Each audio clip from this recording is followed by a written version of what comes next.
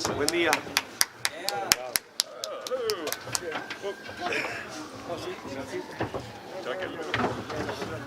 got another seat for Martin? We need another chair. Yeah, so I'll stand behind. I'm alright. Come on. Yeah, you'll stand. Let me get another. Can you get another chair for us? Yes, of course. Nice try. That's alright. We could. Well, Yeah. there's not enough. He's trying. See, Martin. You said. No, I insist. After you, no, after I insist. No. Terribly British about the whole thing. I go on.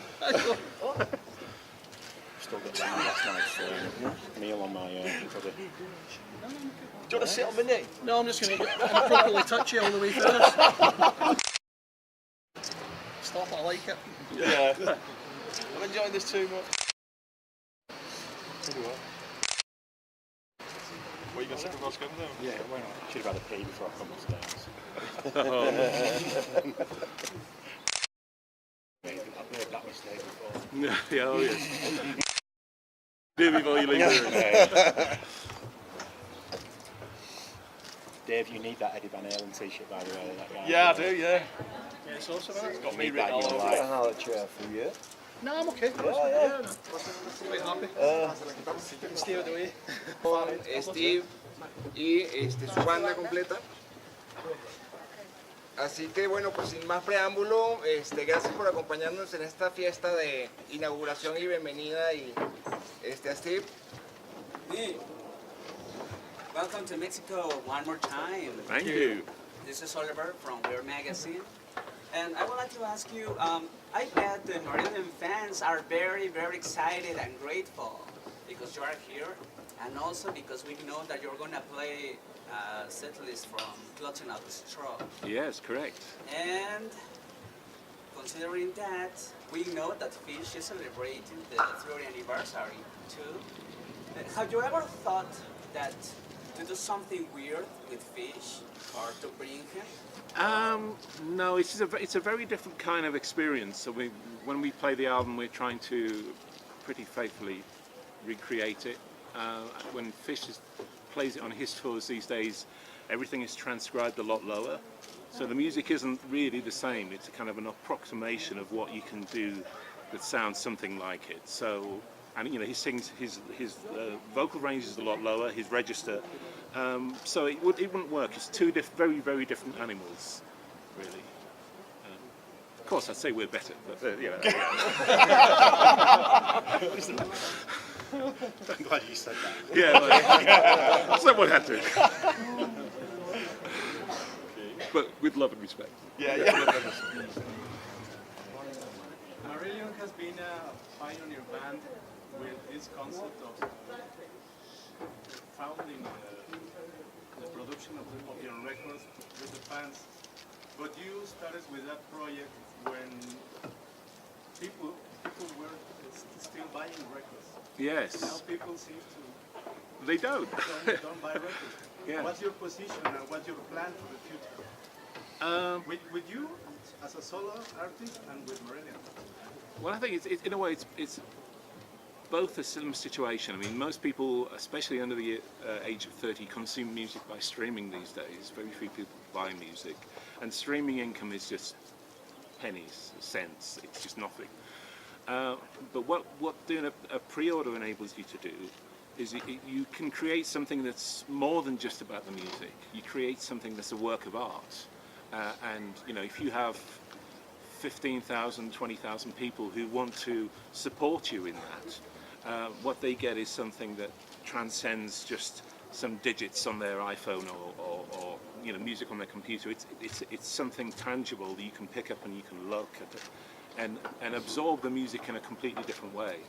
So I think it's one of the reasons we still survive, because the income that the crowdfunding pre-order generates keeps Marillion going for like a year and a half. The two major things for us are the album pre-orders and Marillion weekends, of which we have 5 coming up in the first part of this year. I have a question here. How did you get this great band together, Steve? Were you Marillion fans? How did you know each other? Well, Dave and Leon, I've known for many years. They're in a band called Mr. So and So that I was involved with. I've helped with one of their albums on my record label. And yeah, both good friends of mine. And when I was approached to play the Plovdiv Guitar Festival, God, when was that? 2013? It was that long ago, I can't remember. November 2013. Right, a long time ago. So I had to first of all write some music. I had some ideas, and Dave and I got some great ideas together, and then I had to find some musicians to play it. And Leon was the first choice as drummer, and Yatim had seen play with his previous band Panic Room, and I thought he was an outstanding bass player and musician. So that was kind of the nucleus of it was a four-piece when we played the Guitar Festival, and that eventually evolved. Ricardo then joined, and we made the Ghost of Pripyat album. Then when we came to play live, I wanted to play the old Marillion songs as well, so then we got Martin involved, and we sort of did that, and then Gabriel here when we did the South American tour just over a year ago. And yeah, just some amazing musicians who are also incredible people. So it's not like work this, it's like going on holiday with your really good friends. Thank you.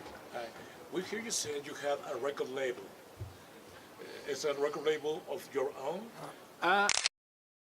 Over the years, I mean, I've got a label based down in Buenos Aires for releasing both my solo album, and we did some reissues of some Marillion albums that weren't released down there. And the mechanic of the launching of the record? When they launch the record, isn't it the same dynamic that used with Marillion?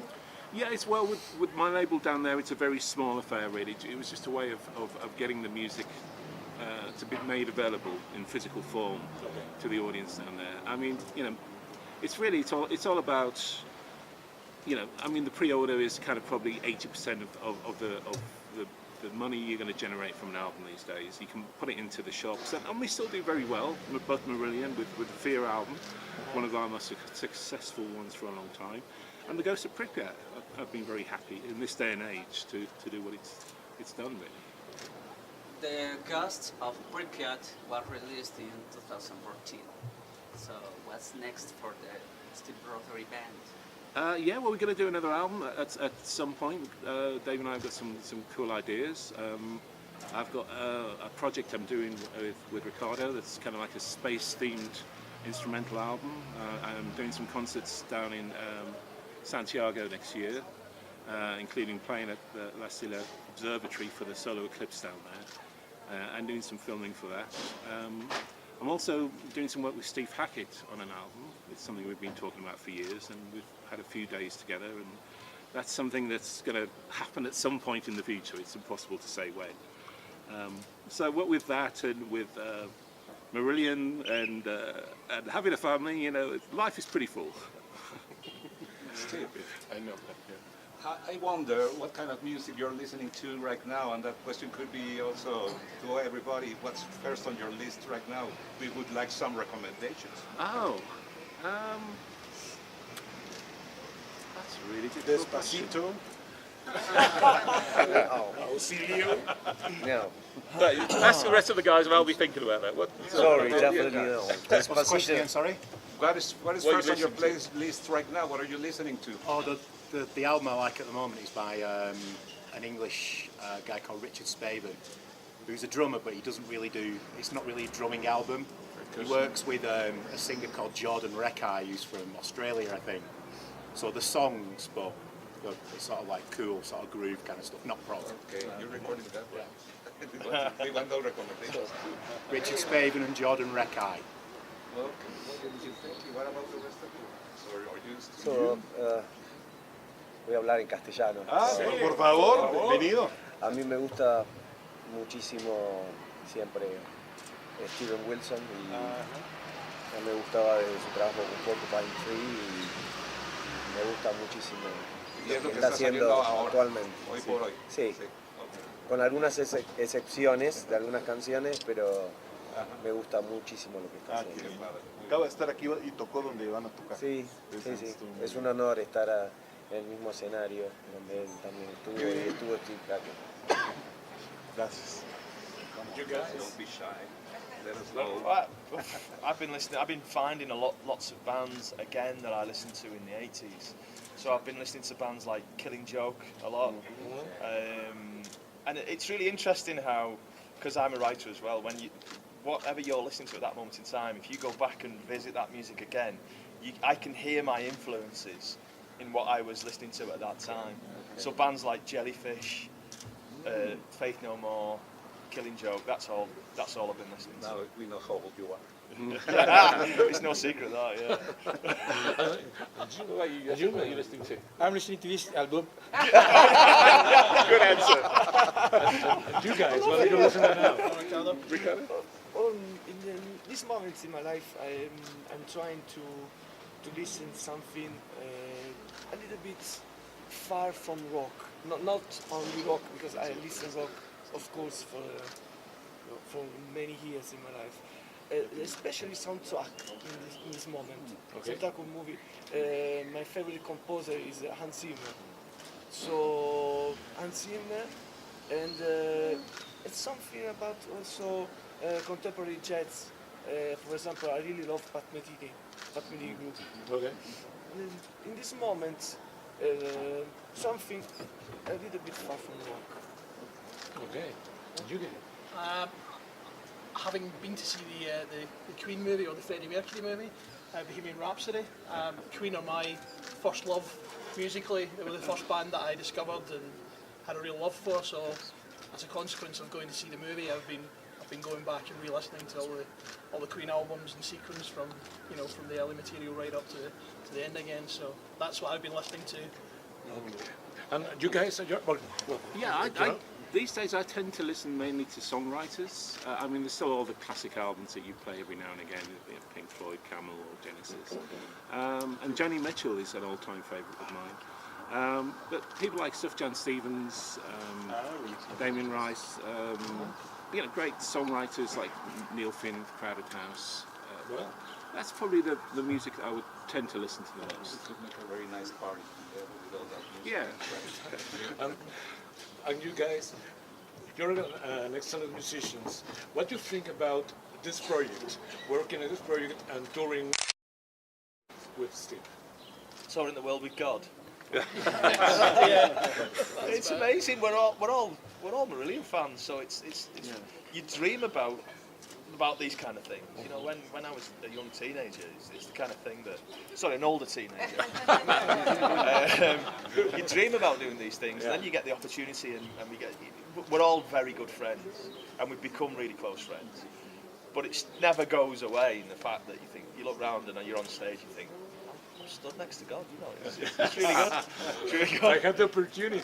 Yeah. He's trying to be younger than No, it really is a fantastic experience, I think, for all of us. It's quite rare that you have a group of people that have bonded so strongly and that just enjoy each other's company. I think there's a real celebration in our performances. This is a question for Gabriel. You're playing now with the drummer Marco Mineman. It's easy for you to keep in that rock progressive scene? ¿En castellano? Sí. Sí, para mí es un honor tocar con Marco porque me parece que es uno de los top 3 drummers en todo el mundo. Y por sobre todas las cosas es un señor y una excelente persona. Y bueno, tener la oportunidad de compartir el escenario con estos realmente monstruos que están aquí, liderados por Steve, y también compartir lo que estoy haciendo con la banda norteamericana In Continuum, donde estamos tocando con mucha gente, es algo muy importante. Pero ha sido fácil para ti como Sí, entrar a ese mundo. Sí, porque en realidad se trata de disfrutar de la música y de de generar esa química que a veces entre los músicos es difícil. Lo que pasa en la Stevery Rothery Band es que la química es increíble, son todos grandes compositores también, tienen sus proyectos solistas, liderados por Steve, que para nosotros es como, bueno, para todos es el dios, uno de los dioses del rock progresivo, así que siempre es bueno en tanto y en cuanto exista la química, y por suerte esa química se dio, ¿no? Tengo una excelente química en esos proyectos. And you told them about your solo album? Sí, thanks. Bueno, estoy haciendo un álbum solista ahora. Thanks. Yeah. You want to be my promoter? Yeah, I'll be your manager. 20%. You'll be my manager. Tengo el honor de estar aquí. Martin obviamente yo cubro todo lo que es Sudamérica y tengo el honor de estar abriendo para Steve con mi propio material, que es mi próximo disco solista, que se llama New Life, y que también estoy muy feliz de anunciar que voy a hacer opening act en el Marillion Weekend de Port Sealand. Así que muy feliz y honrado por eso, y muy feliz y honrado de estar en México, que es una tierra muy querida para mí. And also, Dave's got his new solo album about to be released. Yeah, I've just finished my third solo album. I work with a Dutch singer called Dinette Portman, and I have this writing partnership. Pretty much everybody who's here, well, unfortunately with the exception of Gabriel, everyone who's here is on the album as well. So Steve plays a solo on it as well. Pete Travis, who plays bass on one track as well. Well. And that's going to be. I actually take delivery of that when I get back home to the UK. So I'm really excited for this. It's going to be released in half a year, and what time it will be released? We've got the over in England in February. We're doing a Steve Rothery Band weekend. Okay. And my album will be released then. I think it's the 23rd and 24th of February. Yeah. So it'll come out then. But it'll be really for somebody like on my level selling music. You generally just sell it online. It was a crowdfunding thing. It was done on Kickstarter. And so all the links, I use Facebook more than anything to promote these things. Okay. It's the best way to get across to people like you guys. You know, so that it'll appear on Facebook at some point that the album's come out. You know. In the concerts, you prefer large audiences or small venues? Both things are great in different ways. The energy is different. It's great to have the intimacy with the crowd. But the energy of a larger show is something else. But just before we move on to the solo albums, I'd also like to mention Ricardo's album, an outstanding album that was released. How long ago now, Ricardo? A year and a half? 1 year. Yeah, B612. It was the end of December, January. So yeah, it's 1 year. It's I released this album 1 year ago. It's a rock opera about the book Little Prince. Is my point of view, my personal point of view of this book, and it's dedicated, of course, to the story of the book, but also to the writer, Antoine de Saint-Exupéry. It's a sort of a parallel story because it's a story of the book, but it's very personal. So in a sense, I tell my story through the story of the Little Prince. And I'm proud because in this album are playing and sing so many people, so many friends, Steve Rothery and Dave too. Martin sing an amazing character of the king in my album. Great track. And thank you. And yeah. And of course, your wonderful other singer. Sorry. You forget that. Last, absolutely not least. Well, both Steve Hogarth sings. Yeah, of course. I concentrate on the present. Sorry, but my friends over Gonestrane playing this album. Steve Hogarth sing an amazing character. An interpretation of the snake, and one of the best person, the best singer I ever met is the daughter of Steve, is Jennifer Rothery, and she sings an important part of the album. She sings in 4 tracks, and the character is the rose. So it's not really an opera, because all the singers are different characters of the book. I have another question. You were. This is a band, but you have your own musical lives. This is very important, isn't it? I mean, you were talking about Bohemian Rhapsody. We could see in that movie the struggles between a band, and he needs his solo path. Yeah. I read that you had many problems with Marillion, the same stage, the same situation. What do you think about? Am I right? First and second, what do you think about this having your own life? It's very healthy for new bands. I think in the Fish years there were some pressures with the concepts of solo careers. During the making of Misplaced Childhood, both Fish and myself approached EMI to want to release solo projects. And it created a lot of tension when EMI said yes to me and no to him. So, so I never released a solo album at that time. But then, obviously, you know, I had my Wishing Tree albums with my good friend Hannah Stobart, and Steve Hogarth released his first solo album, and Pete Troarvis has various different projects, transatlantic. So I think it's healthy sometimes. What's interesting is when you can play with some of the best musicians in the world, which I class my guys as, but you're always going to have a different chemistry to what you have in your main band.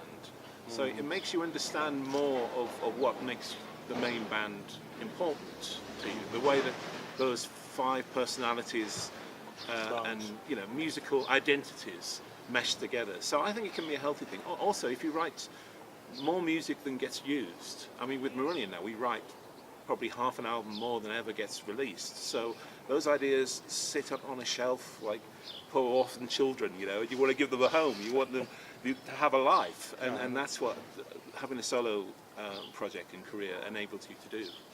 Okay, thank you. Can you tell us about your experience, about the first meeting or encounter that you had with Martin Jakowski from Still Marillion, and the situation of including him in the Stevery Rothery band? Is it true? Well, we first did a thing in the Netherlands, didn't we? Yeah, a one-off. Yeah, a one-off with a Dutch Marillion tribute band. And we kind of both flew in for that, and we were great, which is more than could be said for the band. It was an interesting experience. Yeah, the keyboard player had his own interpretation. Let's put it that way. But we got on really well. I'd known Martin for a few years through Still Marillion, and when the idea of making the Stevery Rothery band like a touring entity, he was just top of the list, really. Thank you. I have one more question. Okay.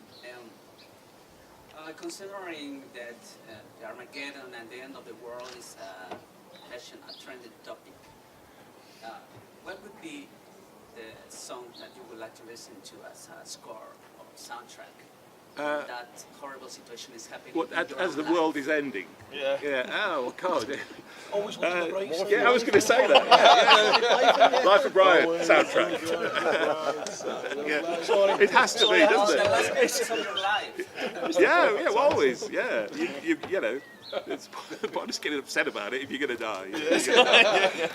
And it's funny because with the Marillion album, with the Fear album, it kind of anticipated a lot of the problems of the world.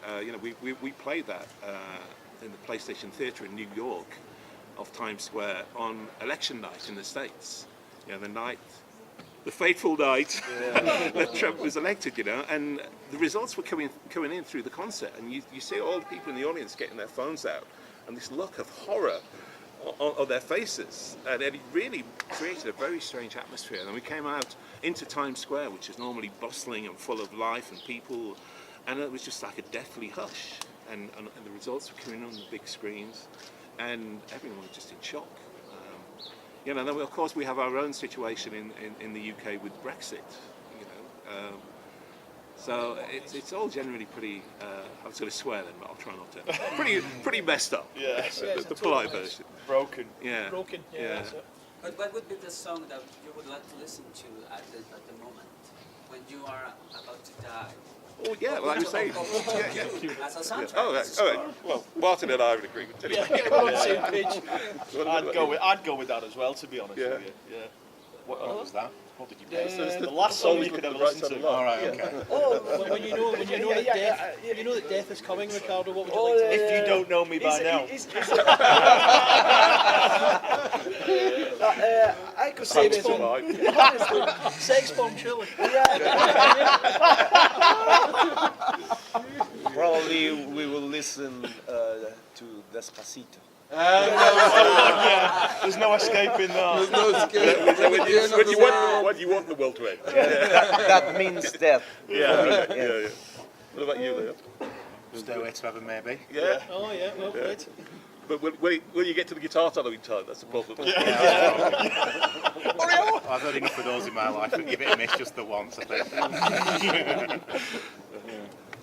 This year is celebrating 50 years of In the Court of the Crimson King by King Crimson. What was the impact of that album in your lives? And how do you perceive the rock progressive scene nowadays? I was never a huge King Crimson fan. I was kind of aware of that album, and I really liked it. And the first time you really hear a Mellotron in the mainstream, apart from the Moody Blues. But yeah, I mean, it's a classic album. I think Robert Fripp is just an incredible visionary and fruitcake. Really. But no, I mean, I think they're a great band. I've seen them a few times really with this latest lineup with the 3 drummers, and it's phenomenal. I mean, Gavin Harrison is an incredible drummer, and the arrangements he's made, and I think, outstanding. One of those bands who I mean, they seem to be having a real resurgence, really. So it's interesting to see a band that traces its roots all the way back still doing it. When Pink Floyd don't really exist anymore, when Genesis no longer exists, but that band, that kind of like really from the beginning of the whole progressive rock movement, to still be touring and doing that, I think is an incredible achievement. And what was the first band you heard and you say, what is that? And somebody said, it's progressive rock, if not King Crimson. It was always Genesis for me. I discovered Genesis listening to a radio show when I was 15. It was the Knife, actually. It just blew me away. I had to find out more. It was casual, or it was a condition for all the musicians to be part of your band, to be younger than you? Oh, of course. I've got to bring the average age down, Otherwise, what's the point?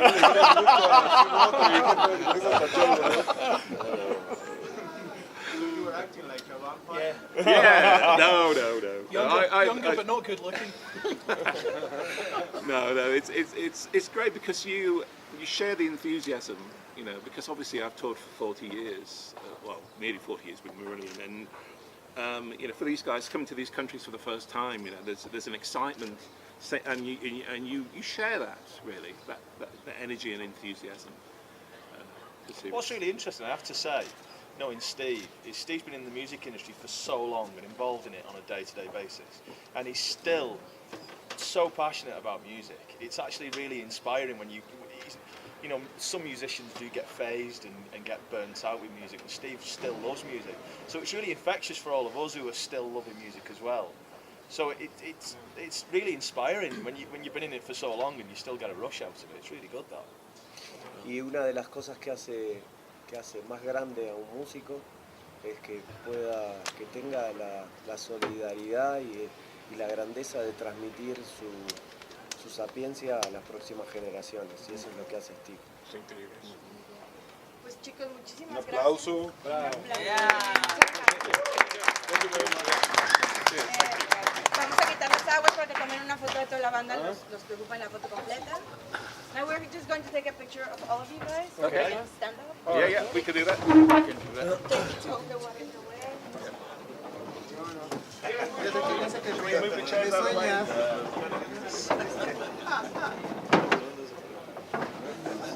No, we can have a really millennial Gallegos, perdóname. What, you want me to hold that? Yeah. Okay.